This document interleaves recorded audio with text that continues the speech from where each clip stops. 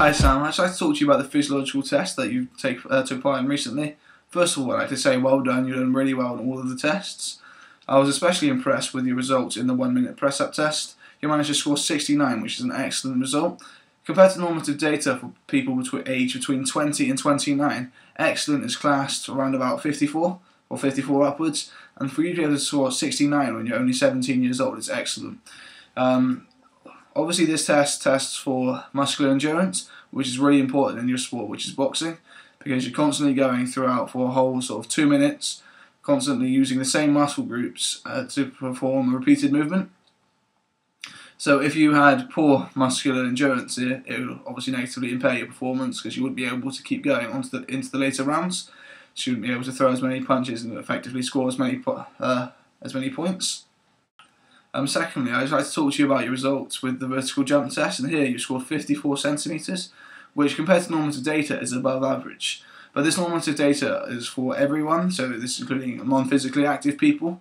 And considering you compete at county level with boxing, you should be scoring above average as such. You should be aiming to get around about 60. Although this is still above average, it's the higher end of above average, but you scored more towards the lower end of above average. To help sort of increase your power with this, I suggest doing things such as plyometrics, which will help build up strength, power in your legs. You need the power in your legs with boxing, so you need to be able to push forward and put more force into each one of your punches. If you continue this, when you get to higher level boxing and you don't have enough power in your legs, you're not going to do as so well, not as punch as effectively. And you'll also have to exert a lot more energy trying to put more force into your punches with your arms when you could be using larger muscle groups and expending less energy by using muscle groups such as your legs. The third physiological test that you carried out was the hexagonal test, and this test is to test for agility, which is obviously really important with your sport of boxing, because you need to be able to get around the ring without stumbling, move around your opponent, create new angles to be able to hit your opponent. Here you managed to score really well. You managed to score 8.97 seconds, which is an excellent result. Normative data suggests that an excellent result is anywhere below 11.2 seconds, and for you to be able to score well below this is excellent. Although you should really be aiming to improve this, constantly improve yourself. I also analysed your technical skills. I made you throw 2 punches to do this. I analysed you throwing the jab and also the right hand, which are the 2 most commonly thrown punches in amateur boxing. One thing that I noticed when you did throw the jab is that you defended your face really well with your right hand, but by bringing your right hand up to defend your face, you also left your body open, so you were quite vulnerable for a counter shot. To counteract doing this, just bring your elbow tighter into your body, but also maintain having a high right hand to guide your face after you've thrown the punch. One thing I was really impressed with, once you've thrown the punch, I can notice in the picture that you're pushing off with your back foot. By pushing off with your back foot, it helps you generate more power and hit harder. One thing I wasn't so impressed with is your front foot. It was much flatter than your back foot, and I find by having a flat front foot, it's harder to move away from your opponent after you've thrown the punch. And also it's harder to chase your opponent if they move away. So if they move away and then you have to follow after them, you're going to expend more energy chasing after your opponent to throw the next punch. I also analysed you when you were throwing the right hand.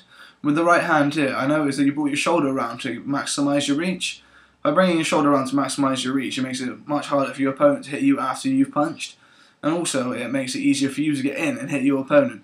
If you've got a shorter reach than your opponent and you're not bringing your shoulder around, it's unlikely you're going to be able to get in and hit them. When you're throwing the right hand, I asked you to aim for the head. This is because in amateur boxing it needs to be a head shot to be able to score. I noticed, however, when you're throwing the punch on the bag, it was falling just below head height. This would then mean that it's not a scoring shot. I think that you need to just maybe put some tape on the punch bag and always aim to hit that tape at head height. That way you'll end up becoming second nature as such. You'll be able to, or you'll be doing it subconsciously, always hitting at head height. If you don't hit at head height, it's unlikely that the judge is going to count as a scoring shot, and it may result in you losing the bout. I also carried out a psychological test with this. This helped me gain an insight to what your emotional status was. When I actually filled out the questionnaire, the results came back and you came out as an unstable extrovert. Basically, this means you have certain traits. Being an extrovert means you're very outgoing, very sort of forwards about things. But being unstable means things like you can be aggressive, a lack of consistency with your attitude, and also you're very impulsive and optimistic. These are not negative traits, although sometimes they can be perceived to be. Being aggressive is really good in your sport of boxing. It's an aggressive, forceful sport. If you weren't aggressive, then you wouldn't have the drive to go forward and push on your opponent if they're injured. However, the fact that you're optimistic and impulsive can be a negative thing. This may mean that you see your opponent stumble and then you push forward and try to go for the knockout, which is very unlikely in the sport of amateur boxing.